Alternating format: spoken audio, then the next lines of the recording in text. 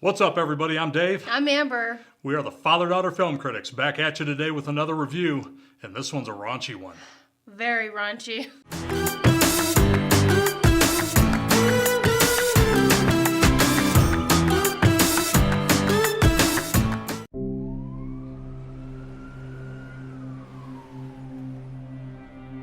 It could have happened to anybody, but it didn't. It happened to us.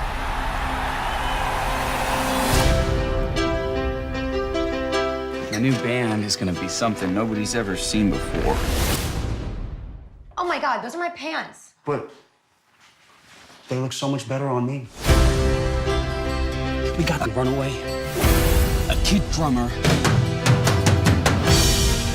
an old man. Let's just play it. A cover band singer. They say you're gonna be a rock star.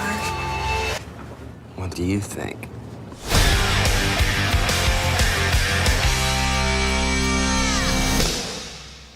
Holy shit. Okay, everybody, this movie is The Dirt. This is the true life story of the band. Motley Crue. Yes, Motley Crue. This film is directed by Jeff Tremaine. This movie stars Douglas Booth as Nicky Six. He's best known for his role as Titus in Jupiter Ascending.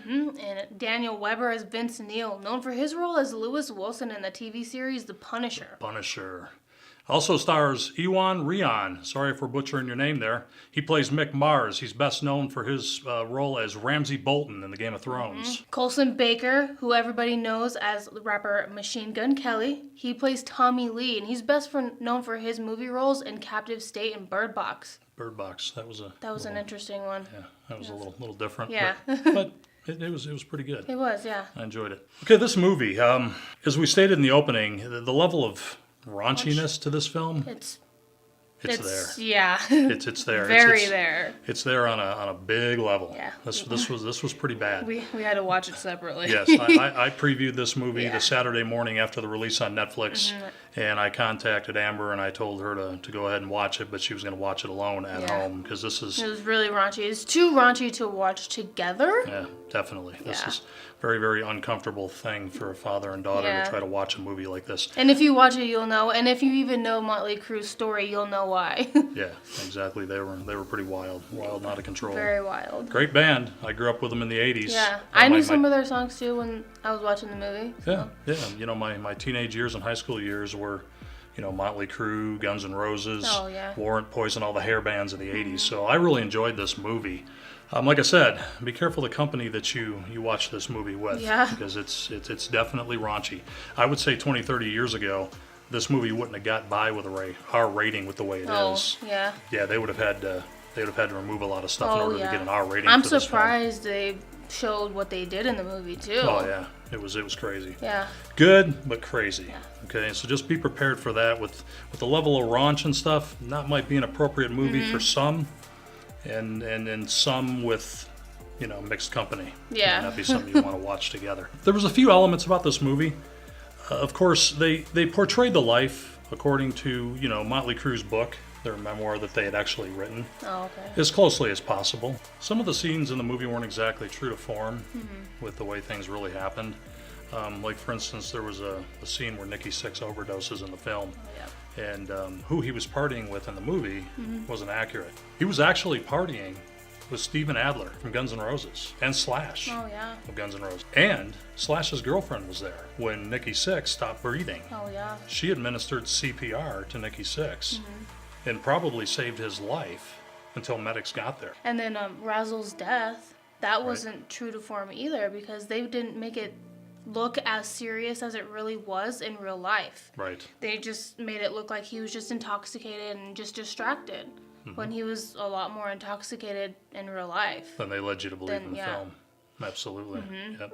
So a few of those elements, you know, weren't quite true to form, and that may be because they were trying to, you know, protect some of the other, you know, people that were actually involved. You know, that they didn't really have the permission to be portraying. So they kind of had to tweak it a little bit. That's right. So you heard it here first. If you hadn't already heard it before, it's not Yeah. like it's top secret information here. I Yep. mean, it's, you know, it's known. You can research it and you can find out for yourself. I think other movies with bands in the 80s, this is kind of setting up a level of momentum to maybe Other bands. start, for other bands to come forward to tell their stories. Now, it can be too overdone, of course, because a lot of these bands live the same sort of lifestyles. So these lifestyles, after being told over and over, it's going to get a little redundant. It's going to be like, okay, yeah, we've had enough of that. You know, we know how these 80s bands, and we know how they partied. We know how their lives were all screwed up and everything else with drinking and drugs and, you know, sex and everything else. And that's like all they were about back then. Oh, yeah, yeah. I was like really surprised to see that. I'm like, geez, I was like, this is what people's lives were back then? Oh, yeah. That's back in his day. Like, back in my day. I wasn't even thought of yet. Well, you weren't. You weren't. You're not thought of much now either. Yeah, shut up. Another element in this movie. This was a heartbreaking It element in was this movie. very heartbreaking. This is a level of emotion that I don't think I've witnessed in a film. A movie, yeah. I've seen a lot of movies in my time, and the portrayal of the death of Vince Neil's daughter, who passed away at about 7-8 years old. I don't remember cancer. exactly. Stomach cancer. And the little actress that was playing her, she did such a fabulous job bringing her fear and her emotion to the scenes. There was about 3 scenes that were cutaways going back and forth to the hospital scenes with Vince and her. Oh, and because she was freaking out. She was scared, and he was trying to explain to her basically what was going on, and he was doing it in a way that a 7-year-old would understand. Yeah. You know, like you've got a flower in your tummy, and the doctors have to go in and remove the flower, and she was just, oh my God, it was heart-wrenching. It was very difficult as a father with a daughter, and it's very, very difficult. It's very difficult to watch. I got through it, but it was definitely extremely emotional. Yeah. Was not expecting that. Yeah, something that like just breaks your heart just knowing that it happened to somebody, and that poor little girl was so young. Yeah, but you know, with that said, the movie was quite good. It was quite good. It was very good. It was very good. It's definitely worth a watch. But like I said, let's remind you once again. You know, it's our opinion. Yeah, well, and let's pick the company too. Make sure that you're watching it. Who you're watching it with. Yeah, so like I said, this is a movie that we would not watch together. No. So this is just no. It wasn't. When I watched it, there wasn't even a question. It wasn't something. that we were going to watch he called me. Together. He was like, "This is a movie you need to watch. We're not watching it together because it's something I'm not comfortable watching with you." That's right. Because it's really raunchy. So yeah. So just keep that in mind. You know, but with that said, you know, I think I'm going to give this movie 4 clapperboards. Yeah. Yeah, I think I think it was really well done. I think the acting was well done. The story, of course, being a true story based on a true story, although they didn't hit upon every single element of their lives and how it all portrayed. But I mean, you can only do so much with a movie anyway. So this came pretty darn close as far as I'm concerned with what I know of the band and some of their history.